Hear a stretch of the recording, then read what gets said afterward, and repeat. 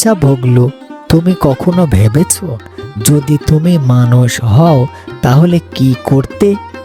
মানুষ মানুষ হলে তো অনেক ফাস্টফুড খেতাম আর তোমার মতো গুনগুন করতে পারতাম। তুমি তো বড় মজার মানুষ পেলে, কিন্তু আমার মনে হয় মানুষ হলে আমরা ঠিক মতো ঘুরতেই পারতাম না। তুমি তো সারাক্ষণ হেলিকপ্টারের মতো গুড়গুড় গুড়গুড় করো। তুমি ঠিক আছো তো? তবে আমাকে একবার চেষ্টা করতে দাও। আগামীকাল রাতে মুন লাইটে আমি তোমাকে দেখব কিভাবে ঘুমোতে যাও।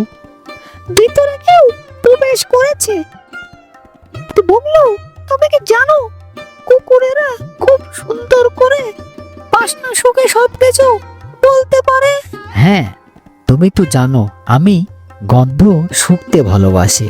গন্ধে আমি যে কোথায় যাচ্ছি সেটা নিশ্চিত হয়ে যায়।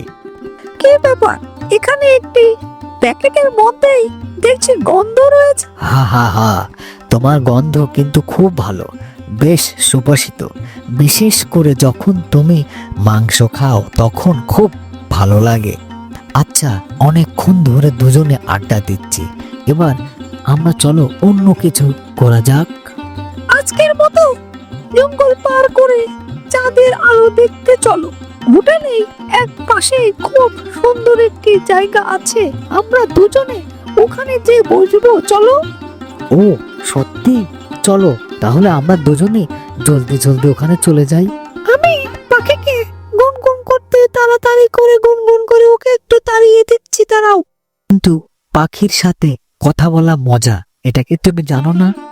বুবলু, তুমি জানো না এই চাঁদের অনেক রহস্য লুকিয়ে আছে?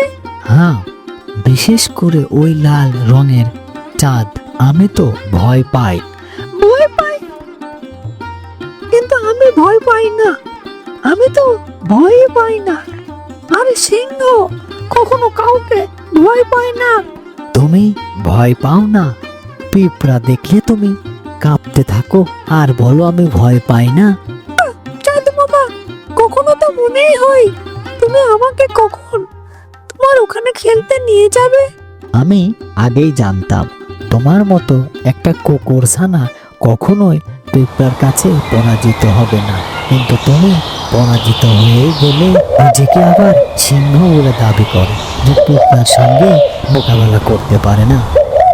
আচ্ছা বগলু, তুমি তো বলতে থাকো তুমি ভয় পাও না, তাহলে কালকে পিঁপড়ার সাথে খেলতে যাবে, দেখা যাবে তোমার ভয়টা কোথায় চলে যায়। আসলে কুকুর ছানার থেকে পিঁপড়া দল অনেক শক্তিশালী, এটা আমি মনে করি।